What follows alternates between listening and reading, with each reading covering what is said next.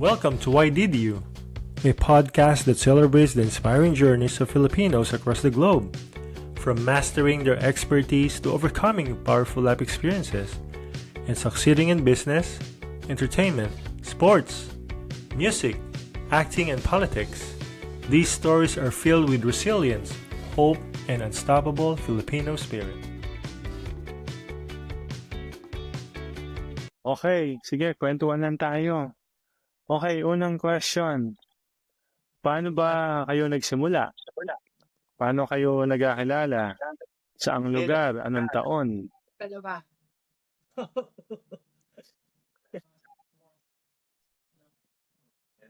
Kakilala kami na daddy mo sa Ayan. Pisamora. Meron akong tahian doon. Meron akong dress shop. At siya naman ay nagtatrabaho sa kanyang pinsan, lahi ng Arieta. Mayaman. Anong trabaho mo doon, daddy? Driver collector. Driver collector ng mga kumpanya. Ako naglalabas ng mga shipment namin galing sa abroad. Okay, balik muna tayo. Masyadong malayo. Teka muna. Di, paano ka nagsimula?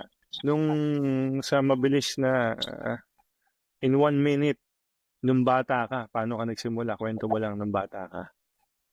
Ikaw, ikaw na ulit na ka. Hindi ako 13 years old, namatay na yung nanay ko. Ang ginagawa ko, para makapag-aral ako, pupunta ako sa accounting ko na merong printing press. Pupunta ako roon, pag bakasyon 3 buwan, kukuha ako ng pagmatrikula. Ang bayad sa matrikula noon, 6 pesos lang a month. Pag nagtrabaho ko ng 2 buwan at kalahati, pag uwi ko, babayaran ko na ng buo yung pang-isang taon ko kasi 6 pesos lang ang bayad ng matrikula sa high school eh. O, pagka noon, araw, umaga, papasok ako, tanghali, uwi ako. So ibig sabihin, maaga kang nawalan ng nanay. So, Oo, ang lolo lang 13 years ang old lang. nag-aalaga sa'yo. Oo. Eh, nung mga panahon na yun, ano yung pakiramdam mo? Na pakiramdam mo, mag-isa ka, wala kang kampi. Kasi meron kaming tindahan. Ang problema, dahil nagkasakit yung nanay ko, halos nakubos yung kabuhayan namin. Kaya ang nangyari ngayon, yung ibang tindahan na naiwan ng nanay ko, naibigay kay Kuya Piano at saka sa nanay ni Baby, kay Lucy. Oh. Ako, ang nangyayari sa akin, pagdating ng hapon, bibili pa ako ng pagkain ng baboy kasi may alaga kaming baboy. Pag umaga ako magluluto ng pagkain. Paano yung pag-aaral mo? Paano yung pag-aaral mo noon nung bata ka? Hindi, pagyayari kung mapapakain sila baby sa umaga, saka ako papasok ng eskwela, alas 8, kaya hanggang mga alapang alas 6, gising na ako, nagluluto na ako ng almusal namin. Pakakainin ko pa sila baby, pagyayari noon, saka ako papasok ng eskwela. Pagdating na alas 12, uwi naman ako. Pag alauna, pagdating uli na uwi ko ng alas 5 ng hapon sa eskwela, pumunta pa ako sa bayan, bibili pa ako ng pagkain ng baboy, ayusin yung... So ibig sabihin, nung bata ka, talagang simula pa lang, mahirap na. Parang hands-on ka sa lahat ng bagay. Ikaw naman, Mama Sel, paano ka nagsimula nung araw? Ganun. Tapos, nung matapos ako ng high school, 1966, Hindi, si Mama Sel.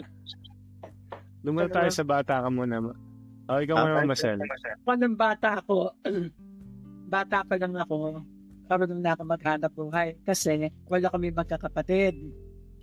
Napapanganay ko na, kaya naging katulong agad ako ng nanay ko sa pananahe. At the age of 12, ang makina ng nanay ko, di pa jack.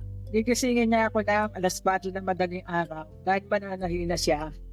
Ako yung nagpapadyak sa makina niya. Ako yung nagpapaanong makina tapos siya yung nananahe. Kaya halimbawa... Pero gusto mo yung ginagawa mo? Ayoko sana nung ginagawa ko dahil bata pa ako. Pero kailangan gawin ko yun para makatulong ako sa pamilya. Tapos, Pero nung bata ka, anong pangarap mo? ang Anong gusto mo ko, talaga? naging teacher ako. Kaya nung ako'y mag-aral ng high school, nakatapos ako ng first year and second year dahil tatlo kami magkakapatid sa isang school na libre yung isa. Nung makatapos ako ng first year and second year, wala na, hindi na ako pwedeng mag-libre dahil nakatapos na ng high school yung mga kapatid ko. Kailangan na ako magbayad. Kaya pinahinto na ako ng nanay ko.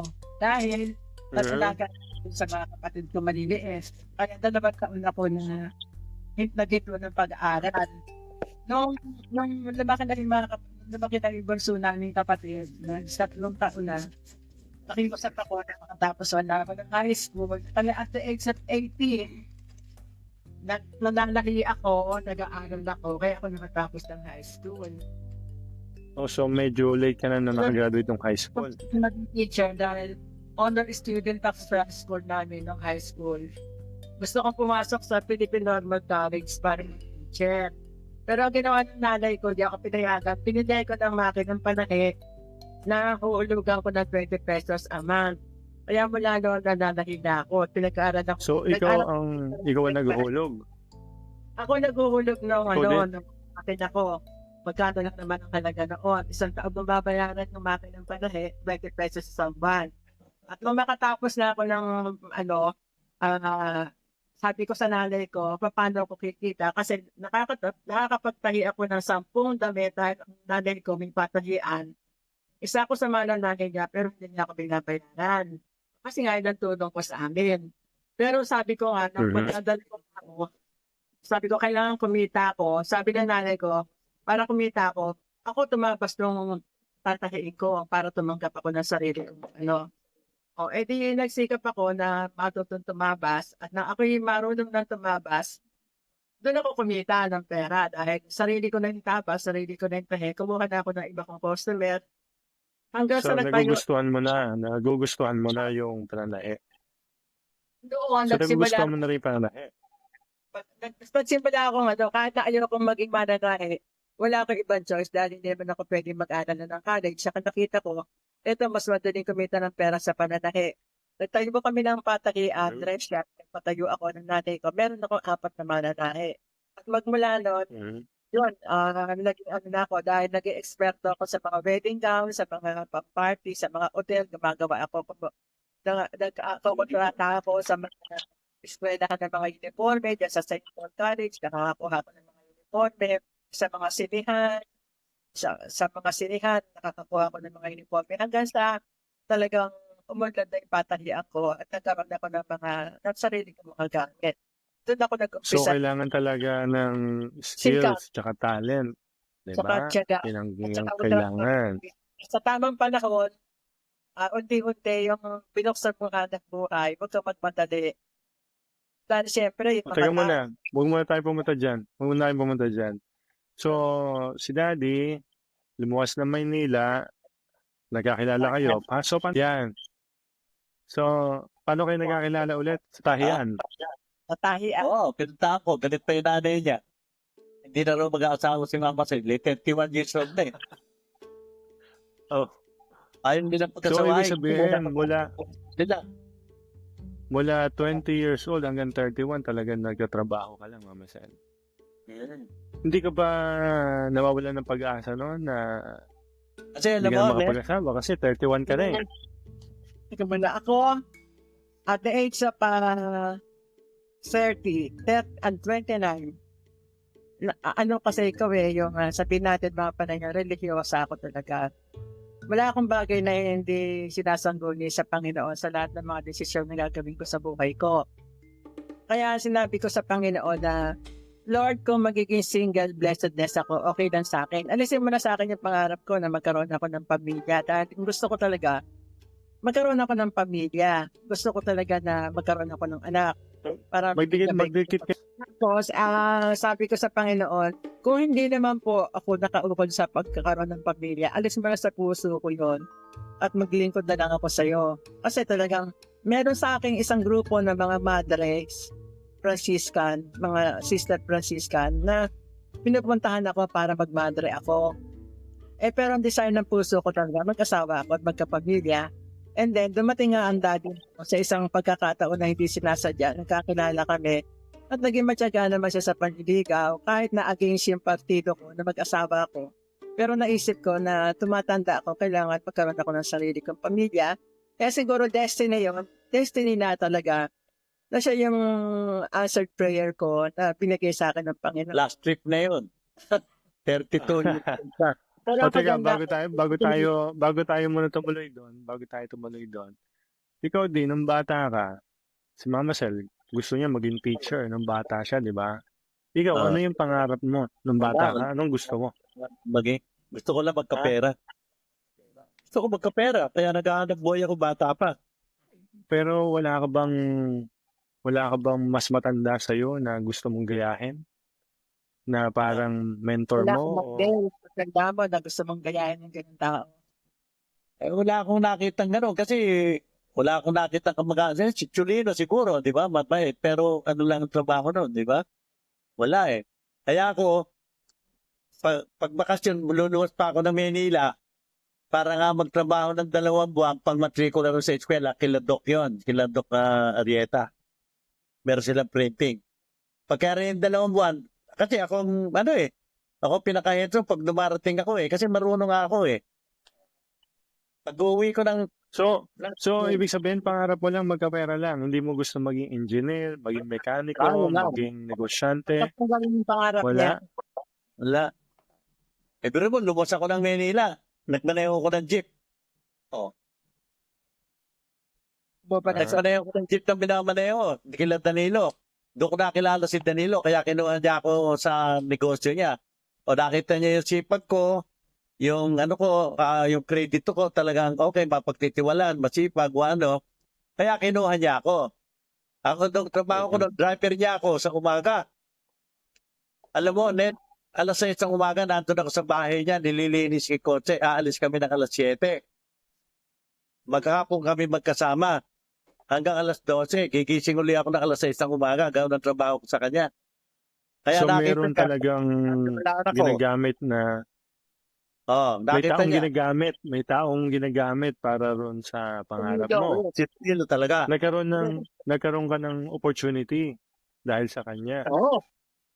Nung nangyari ngayon, meron siya Chinese na kakilala na mayaman.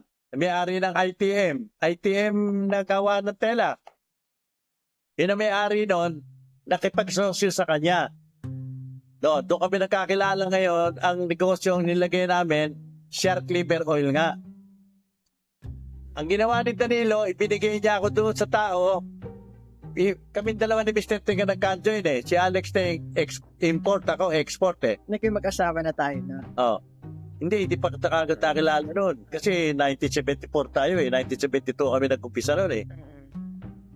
Kaya nung nangyari, nung nakipagsosyo sa i-check, ako lang ang tao inilagay niya, kasosyo na siya. So, ibig sabihin, nagkaroon ng negosyo ni Mr. Ting. Nung magtakbo kami ng negosyo ni Mr. Ting, nakita niya, kaya ako po pwede ko. Saan buong Pilipinas ang biyahe ko. Nung maghiwalay sila, ayaw na akong pawalan ni Mr. Ting. Doon ko nakilala ngayon yung may mga hari ng factory. So, ibig sabihin, dahil Kasi nakilala negosyo ka nila, supplier kami ng synthetic resin ng mga materialis ng plastic eh. Doon ko nakilala so, yung... nung nakilala ka nila, nakita nila sa panahon, masipag ka, mapagkakatiwalaan ka, so binigyan ka ng break, nagkaroon ka ng opportunity, so ginrab mo yan. So, nung nagkakilala na kayo, nagpakasal na kayo, October 19, 1974, sabi niyo, wala kayong ginastos dahil regalo lang yung mga reception, di ba? Wala lahat. Ang sweldo ko nun, 300 pesos lang. 365 pesos, pero walang bawas yun. Pagbigay mo kay Mama Sel, walang bawas yun. Pero Aba, ba yun, talaga. 65 pesos lang isang buwan. Minimum nun yun. Ang dalang nun, siguro 2 pesos lang. Eh, si Mama Sel, paano yung pananahin mo, yung negosyo mo? Pagkayari ng 4 na buwan, nakabili na kami ng jeep. Kasi malakas ang So, kaltahigaan. Hindi, tsaka man ako sa'yo mag-ipon si Mama Zelda pag ano to, masihirap ito eh. Tsaka lahat ng pera na regalo sa amin ng kasal, Ang dami. hindi ko nagastos. Tapos, yung iba pang mga, yung aming reception, may nagbayad. Oo, Max Restaurant si Danilo nagbayad. Tapos, yung kotse namin sinakyan, may nagpahiram. Yung damit kong ginamit at saka yung damit ng mga abay, may nagbigay. Tapos, yung handa ko sa bahay, na mga manok baboy lahat, may nagbigay din. Yung reception namin, Nel, yung reception namin, yung kauna-unahang Max doon sa Rosette Avenue. Doon ka, Breakfast yun, breakfast. Kaming dalawa nag-asikaso. Ang bayad namin, 2 pesos and 50 centavos. Meron kalahating yung box chicken, may tinapay, may coffee, lahat. guest namin, meron 250 ang guest namin. Ito Okay. So, may iba naman ako. Kung si Daddy, wala siyang inspirasyon o mentor na sinundan. Ikaw, Mama Sel, meron ka bang inspirasyon or tinitingalang tao na gusto mong gayahin yung mga panahon na bata ka pa? Sino? Yung kapatid ng nanay ko, si Nana O. Sabi ko na naman sila. Dahil napakasipag naman na natin at saka sikat naman ay yun sa Sanligid. Tsaka napakabait to, napaka-religyosa. Kasi Kabantad dalaga. pero close kami. Mhm. Siya yung naginawa ko model hanggang sa ngayon. Para siya yung nanay ko. Okay. So, tuloy pa na si Daddy, nagbiyahe ng buong Pilipinas, nag-ipon, nakabili ng bahay sa Caloocan, nakapagpagawa. Kami naman, lumalaki, nag-aaral kami sa eskwelahan, sa magandang eskwelahan, high school, hanggang sa magsimula yung negosyo natin na plastic dealership or distribution. That was 1997. Oo. Nung mga ano yung mga malaking challenges or hamon noong mga panahon na yon bago tayo Sa dami na mabigyan kayo ng magandang kinabukasan. Kahit ako naman, linggo-linggo, nag-outing tayo. Iswelto ko. hindi kay ano Mama nga ko. yung hindi ang tanong ko nga kung ano yung mga challenges, ano yung mga testing ng mga panahon na yon, ano yung mga challenges, ano yung mga pagsubok. Yung challenges namin ay nang paminto ang daddy mo sa pagiging manager sa factory. Kasi nga, nag-isip na siya ng ibang hanap buhay dahil lumalaki na ang mga anak ko na ayaw niya maging empleyado na mahabang panahon. Kaya nag-usap kami na magninegosyo. Ako naman, meron akong konting naipon at saka malakas ang patahian ko. Kaya sabi ko, mawawalan ako ng tinatanggap na sweldo monthly. Dahil nga, pag nagpundar ka ng negosyo, hindi biro-biro yan. At anong negosyo yung pupundar mo? Uminto nga siya sa pagnegosyo. Ngayon, ang ginawa namin, may konti kami puhunan. Ang ginawa niya, namimili siya ng mga Mangga. nilibot niya yung buong Bulacan, yung isang puno, tinatawaran nila. Halimbawa, isang puno, 100,000. O lahat ng bunga nun. Ibig sabihin, talagang negosyo at maliit. Ikaw din, nung panahon na umalis ka, Tapos, nagkaroon pa ng ano yung nasa isip mo? Pero Na, alam mo ba, Kanya. Ha? Ang tanong ko ng mga panahon na yon, Ha? hindi ka ba susuko noon? Gusto mo na ba sumuko? Dahil, Pero alam mo ba, Nel, si Arwin, buhat ang pinanganak yan, napagaan ng hanap buhay namin. Kasi yung tenga niya, yung nakahara na gano'n, swerte ko yun. Wala na ipanganak si Arwin. Napakagana kita namin. Ganda. Talagang tuloy-tuloy. mm, Sabi ng mga Good. itik, Lahat tayo. natin Talagang totoo yun. Walang hindi na kami ng problema sa pera noon.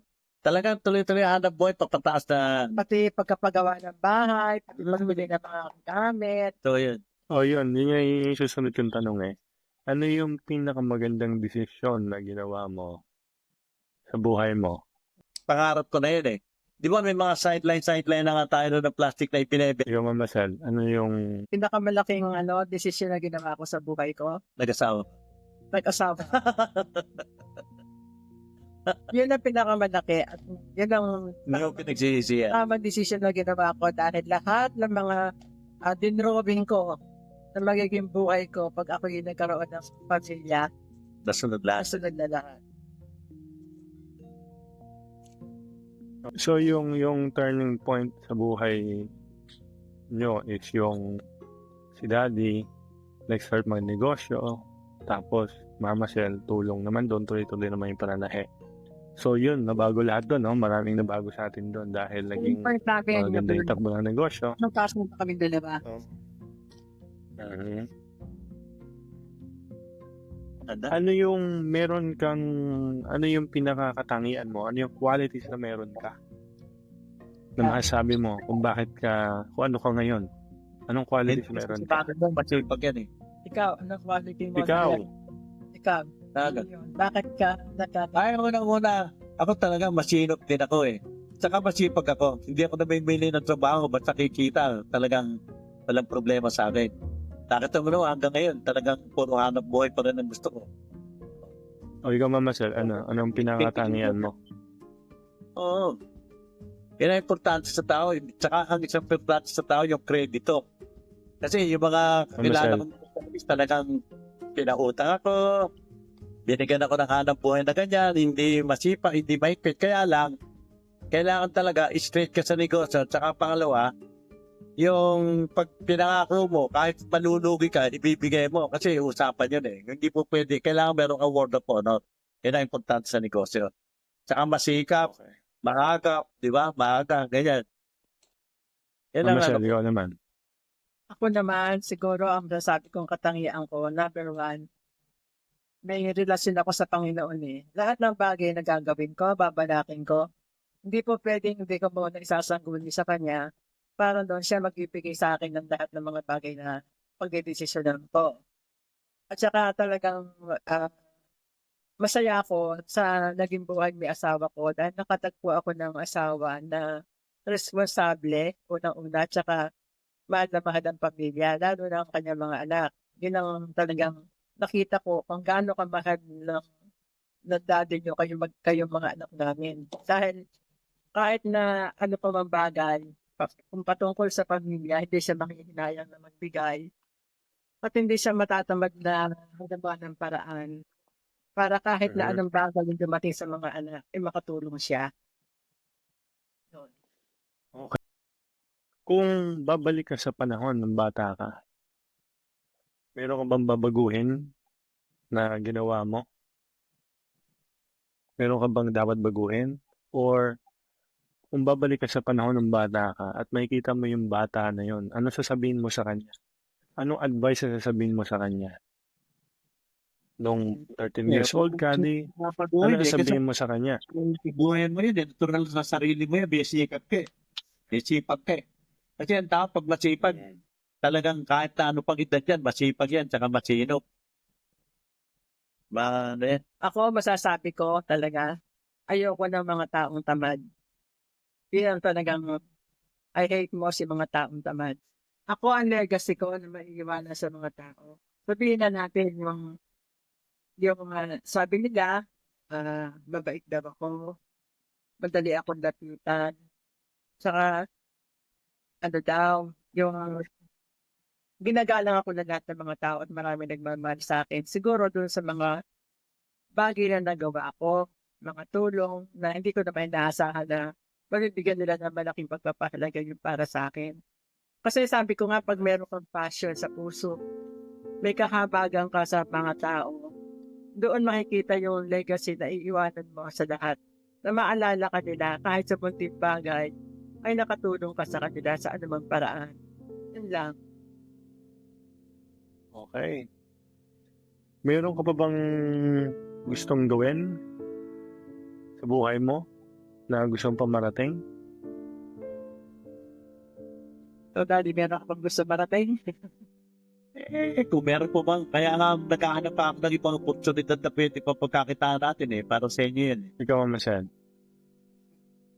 Ako ang gusto ko pang gawin sa buhay ko, yung ma-extend sana yung buhay ko para makita ko yung mga anak ko na umunlad sila sa mga bagay na ginagawa. Makita ko yung mga apo ko na maging successful sa mga pangarap na gusto nilang marating. Yun ang pinapanalangin ko na sana yung legacy na iiwanan namin sa pamilya namin, sa inyong mga anak namin, ay maging panuntunan nyo kung ano yung ginawa namin na mga pagpapala sa inyo, yung mga magagandang bagay na pinakita namin magandang halimbawa sa inyo, eh gawin ninyo sa mga anak nyo din. Doblehin nyo. Doblehin nyo. Masaya na kami sa ganun. Nakabayad na kayo sa amin noon. Hindi namin kailangan yung... Nakita ko yung mga apo ko na naging successful din, naging mapagmahal na sa mga magulang, maalalahanin, malingap sa magulang. Yun ang gusto ko talaga na makita sa mga apo ko sa ngayon. At hindi naman ako nakita ko na kay Miggy, nakita ko na kay Lucas, nakita ko na kay Gabby, kay Bella. At alam ko na maganda yung ginawa niyo pagkapalaki sa mga apo. Pagpatuloy nyo. Okay, thank you very much. Huling message para sa mga manonood nitong episode na to. Anong message nyo? Ako na. Sa mga manonood ng aming naging buhay, na lahat naman tayo nagdadaan sa hirap bago tayo guminhawa. Isang bagay lang ang masasabi ko na ano mong bagay na gagawin ninyo, unahin ninyo ang ating Panginoon. Yun ang gusto kong maibahagi sa inyo dahil lahat ng bagay na gagawin nyo, kasangguni kayo at magiging partner mo siya sa lahat ng bagay na gagawin nyo, magiging successful kayo. Talagang yan ang ginawa namin sa buhay namin. Kaya binabahagi ko sa inyo ang mga naging karanasan namin na talagang wala kami malaking yaman sa buhay namin kahit ng mga bata kami, kundi puro hirap. Hirap ng katawan, hirap ng kalooban, at hirap ng pakikibaka sa buhay. Pero sinasabi ko nga, kung pinanganak kang mahirap at namatay kang mahirap, ikaw na rin ang kasalanan. Kasalanan mo na yun sapagkat lahat tayo ay binigyan ng pagkakataon ng Panginoon ng kanya-kanyang talento para mapaunlad natin yung sarili natin. Kaya ang dapat lamang natin gawin ay tuklasin natin kung ano yung talento na uukol sa atin na dapat natin gawin na panuntunan para sa ikauunlad ng ating mga buhay. Yan lamang po. Ikaw, Di. Ganun din yung sasabi na niya lahat yung dapat kong sabihin. Talagang kailangan talaga. Isasanggunan mo kay Lord yan. Yan ang importante ron. Okay. Thank you very much for your time and napakinggan po natin ating sundin yung mga magandang sinabi nila. Maging magandang halimbawa sa lahat ng mga nakikinig. Again, thank you very much, Mama Sel, Daddy. Thank you. Mr. and Mrs. Isaias and Roselia Arieta. Thank you. Thank you. Thank you. Bye-bye. All right. Bye. God bless. All right. Okay. Thanks for tuning in to Why Did You? I hope today's story inspired you and reminded you of the heart and spirit behind every Filipino journey. This podcast is brought to you by RR Food Ventures Corporation, makers of Kuya Arnel's Cooked Sweet Pork Sausage, Kuya Arnel's Pork Chicharrones, Habit Crispy Fried Chicken Skins, and Habit Pork Cracklings. Technical support and music by Gabby Arrieta. Once again, this is Arnel Arrieta, and you just listened to Why Did You? Until next time! Craving something sweet, savory, and satisfying? Kuya Arnel's Cooked Sweet Pork Sausage is your new go-to. Fully cooked, perfectly seasoned, and made with love. Just heat, serve, and enjoy. Available now on Amazon. Taste the tradition. Crunchy, bold, irresistible. Habit Crispy Fried Chicken Skins brings the heat with real chicken and serious flavor. Low carb, high crunch. Snack smarter, snack habit. Find it now on Amazon. Get your crunch on with Kuya Arnel's Pork Chicharrones. Crispy, airy, and exploding with flavor. This is the real deal snack you didn't know you needed. Grab yours on Amazon today. Classic, never tasted this good. Habit Pork Cracklings delivers that old school crunch with modern flavor. No fluff, just crispy, protein-packed perfection. Hit it up on Amazon and stock up now.